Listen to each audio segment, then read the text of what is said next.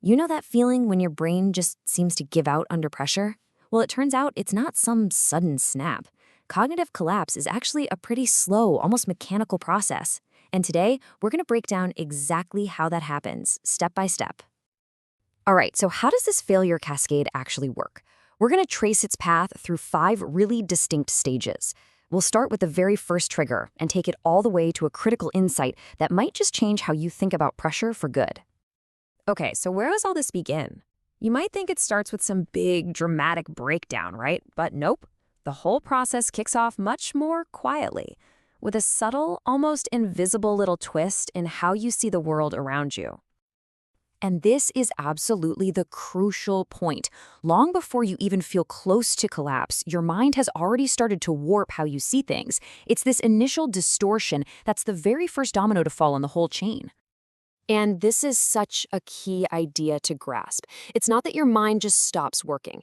Instead, it starts working against itself. All your brain power gets redirected, and that creates this internal friction, this kind of internal battle that becomes the engine for everything that follows. So, what does this distortion actually feel like in your day-to-day life? Well, it usually shows up as 2 really distinct and seriously exhausting mental loops. You know, the kind that can trap your thinking for hours, or sometimes even days. Okay, that first loop is anxiety, but let's be clear, we're not talking about a sudden, full-blown panic attack. This is more of that low-grade, non-stop buzz of what-ifs. It's when you're constantly replaying unfinished tasks, imagining what so-and-so is thinking, and trying to plan for every single potential failure. You feel like you're being productive, like you're preparing, but really, it's just spinning your wheels. And this is what makes it so hard to break out of. It's a vicious feedback loop. Just look at this. Each stage feeds right into the next one. You start anticipating failure, which kicks your body's stress response into gear. That narrows your attention so you can only see the threat. And that, in turn, shrinks your ability to actually solve the problem, which, of course, just ramps up the anxiety all over again. It just keeps feeding itself. And that is why it is so incredibly draining. I mean, think about it. If there's a specific threat, a real problem, you can deal with it, right? But this kind of anxiety, it doesn't have an endpoint. There's no finish line. Your mind is just stuck on high alert 24/7, waiting for a danger that never actually shows up. Now, the second loop, this is rumination. And it's kind of the flip side of the coin. If anxiety is all about worrying about the future, rumination is about getting stuck in the past. You're endlessly replaying conversations, second-guessing decisions, not to actually learn anything, but just to pinpoint where you went wrong. This chart just lays it out so clearly, doesn't it? You've got these 2 traps. On one side, anxiety, all about the future, trying to control it and powered by fear. Then on the other side, rumination, focused on the past, trying to find fault and powered by regret and self-blame. The bottom line, both are totally exhausting and neither gets you anywhere useful. So running these mental loops all day, every day, well, it's not free. Your brain has a finite amount of energy, and being in this constant state of high alert comes with a really steep price tag. It's draining your cognitive bank account big time. And you know what's often the first thing to go? Sleep. But here's the really dangerous part. It's so easy to trick yourself about why you're not sleeping.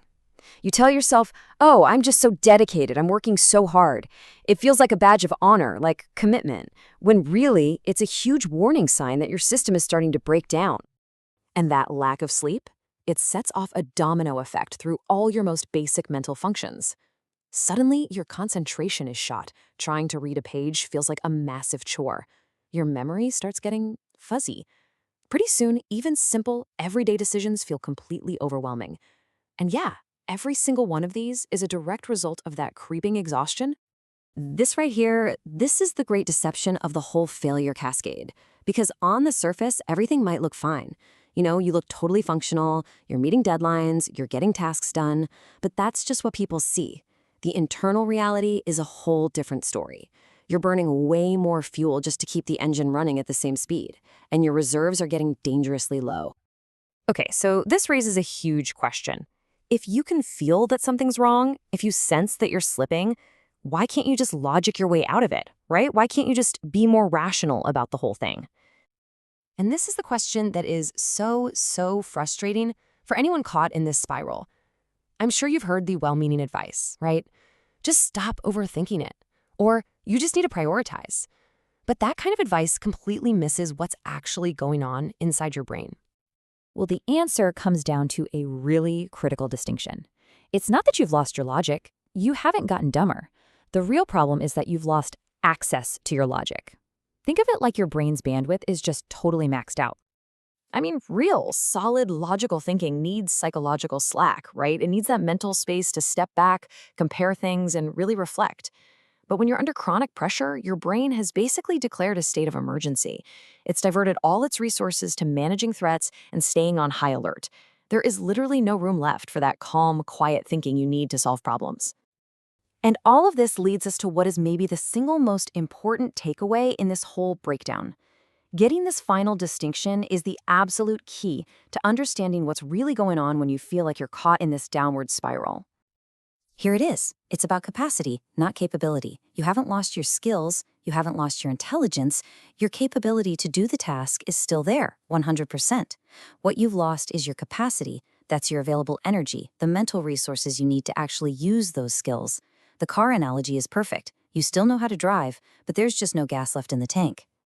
So just recognizing that difference, that it's about capacity, not capability, that's a huge first step.